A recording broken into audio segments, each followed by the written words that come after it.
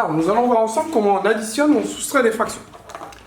Par exemple, on va ajouter 1 cinquième plus 3 cinquièmes.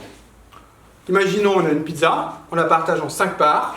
On a ici une part sur les 5, on a 3 parts sur les 5. Finalement, combien de parts avons-nous? 4 sur les 5. Donc quand on va ajouter deux fractions qui ont le même dénominateur, ici 5, ben on va garder le dénominateur, puisque notre pizza a été partagée en 5 parts, elle reste partagée en 5 parts. On avait une part, on a rajouté 3 parts, finalement on a 4 parts sur les 5. Donc on ajoute le numérateur et on garde le dénominateur. Si le dénominateur n'est pas le même, alors on sait qu'on peut avoir une fraction égale à une autre fraction en multipliant ou en divisant par un même nombre. On sait qu'on peut obtenir des fractions égales en multipliant le numérateur et le dénominateur par un même nombre. Donc on se ramène au même dénominateur. Ici on a 10, on a 5, on peut obtenir 10 en faisant 5 fois 2.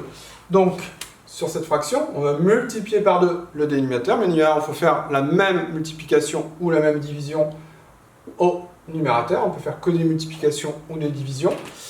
Donc, on avait 7 dixièmes, on garde le 7 dixièmes. 2 cinquièmes, ça devient 2 fois 2, 4, 5 fois 2, 10. Donc, on enlève 4 dixièmes. Donc, on se retrouve avec 7 dixièmes moins 4 dixièmes. On fait comme ici, c'est-à-dire, c'est comme si on avait une pizza partagée en 10. On a 7 parts, on en enlève 4. Donc, il nous reste 3 parts, mais le partage a été fait en 10. Donc, on garde le 10. Donc, on trouve 3 dixièmes.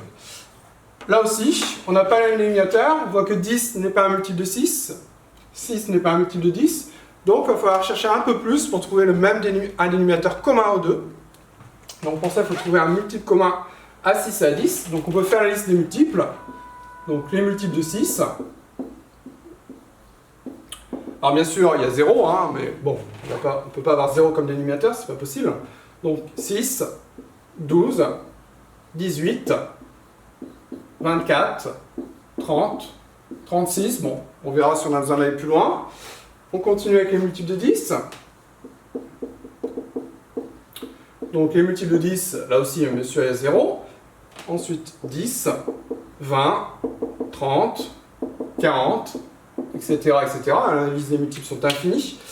Et on cherche le premier nombre qui apparaît dans les deux listes. Donc le premier nombre qui apparaît dans les deux listes, ben, c'est 30. Alors bien sûr, il y aurait d'autres multiples communs plus tard. Hein. Il y aura par exemple 60, hein, qu'on obtient en 6 fois 10. Mais le plus petit que l'on trouve, donc celui qui va être le plus simple à utiliser, c'est 30. Donc comment on obtient 30 à partir de 6? En faisant 6 fois 5. Donc on va multiplier 6 par 5. Et donc on multiplie par le même nombre, comme on a multiplié par 5 au dénominateur, on multiplie par 5 au numérateur. Comment on obtient 30 à partir de 10? En multipliant par 3. Donc on va multiplier par 3 au numérateur aussi. Hein. Bon, là le hasard a fait qu'on a le même nombre, mais c'est totalement le hasard. En général, ce n'est pas le cas hein, du tout. Donc 5 fois 5, 25 sur 30. 25 trentièmes, moins 3 fois 3, 9. Donc 9 trentièmes. On effectue la soustraction. 25 moins 9, on trouve 16. 16 trentièmes. Voilà le résultat. Alors, après, quand on a un résultat, on peut se poser la question, est-ce qu'on peut ou pas simplifier? Là, 4 cinquièmes, c'était déjà simplifié au maximum. 3 dixièmes aussi. 16 trentièmes. 16, on sait que c'est divisé par 2. 30 aussi. Donc, on peut simplifier les 2 par 2. On arrive à 8 quinzièmes. Et là, il semble qu'on ne puisse pas aller plus loin, que la fraction soit irréductible, c'est-à-dire qu'on ne puisse pas la simplifier davantage. Voilà comment on fait pour additionner ou soustraire des fractions. Donc, si on a déjà le même dénominateur, on ajoute les numérateurs. Si on n'a pas le même dénominateur, on transforme les fractions pour les avoir au même dénominateur. Et ensuite, on ajoute ou on soustrait les numérateurs.